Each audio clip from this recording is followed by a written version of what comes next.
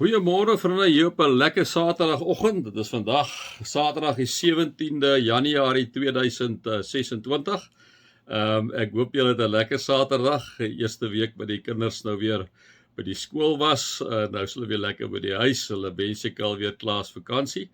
Maar mag dit vir julle sommer 'n wonderlike dag wees vandag. Kom ons raak net so vir 'n wyle stil. Here, baie dankie vir die groot voorreg, Here, om U as 'n lewende, almagtige, alomteenwoordige, liefdevolle Vader God te mag aanbid. Dankie dat wanneer U na ons kyk, kyk U deur Jesus na ons en kyk U met sagtheid na ons, omdat Jesus vir ons gesterf het aan die kruis tot 'n volkome versoening vir al ons sondes. Vader, dit is so wonderlik. Dit is soeke ontsettende goeie nuus. En Here, ja, ons probeer ons bes, maar soos ou Paulus sê, dit wat ons nie wil doen nie, dit doen ons. Dit wat ons wil doen, dit doen ons. Here, dankie dat U boonbehalwe en ten spyte van onsself altyd met sagtheid na ons kyk. Here, dankie daarvoor. Dankie vir onverdiende genade en guns alleen. Amen. Vriende, mag daar vir julle genade en vrede in oorvloed wees, omdat julle God ken, Jesus ken en die Heilige Gees ken.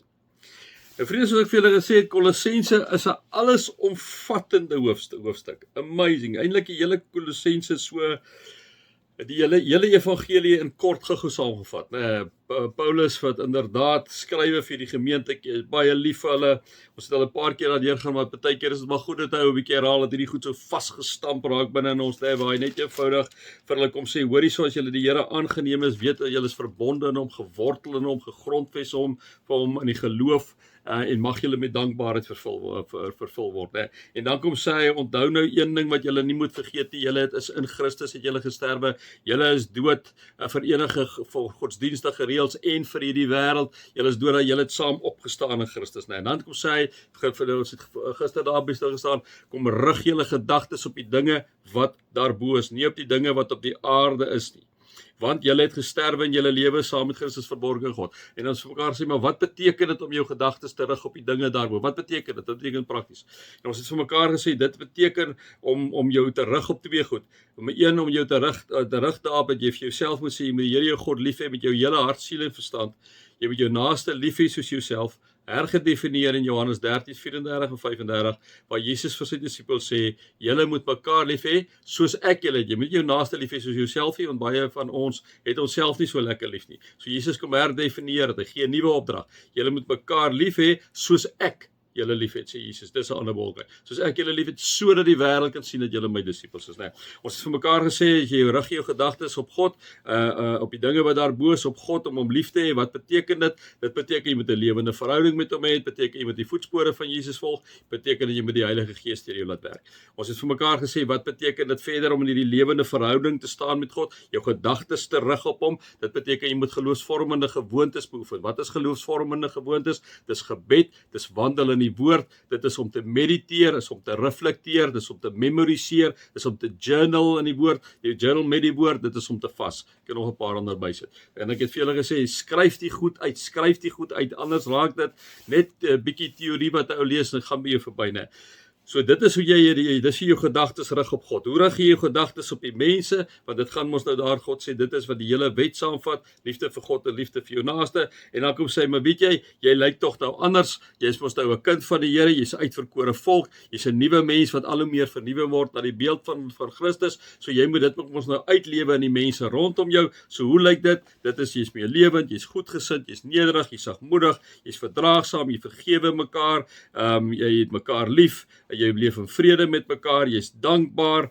jy onderrig mekaar met alle wysheid, en wat julle ook al sê of doen, sê en doen dit in die naam van die Here Jesus Christus. So wat weer net gou gister opgesom. En dan gaan hy hier aan, liewe vriende, dan sê hy, vrouens, en dis mos nou altyd die kontroversiële, vrouens, wees aan julle mans onderdanig, soos dit pas by mense wat in die Here glo. En net daar dan staan al die vrouens is hare op, liewe vriende, myne sou ook inderdaad opgestaan het as ek hare gehad het, En gaan nou daarby uitkom. Mans, julle moet julle vrouens lief hê. Moenie die lewe vir hulle bitter maak nie.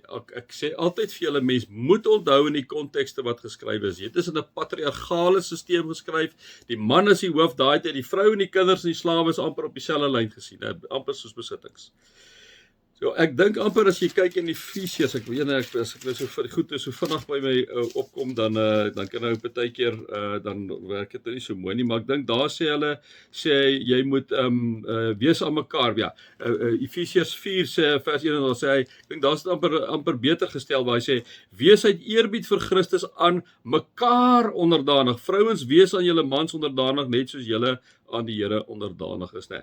Maar wees uit eerbied aan Christus aan mekaar onderdanig. Ek dink, liewe vriende, wanneer jy in 'n Christelike verhouding staan, wanneer jy vir Jesus aanbid, moet die man en die vrou mekaar lief hê. Moet die man en die vrou, liewe vriende, inderdaad jy in die ander een se posisie stel, die ander een se skoene kan stel om begrip te hê, om respek te hê vir die ander persoon, né? So ek dink wanneer jy oor die mans en die vrouens praat, dink ek is in ons tyd Jesus het alles kom gelyk maak. Jy sien my Griek, vryman, Jood, Griek, wie ook al nie.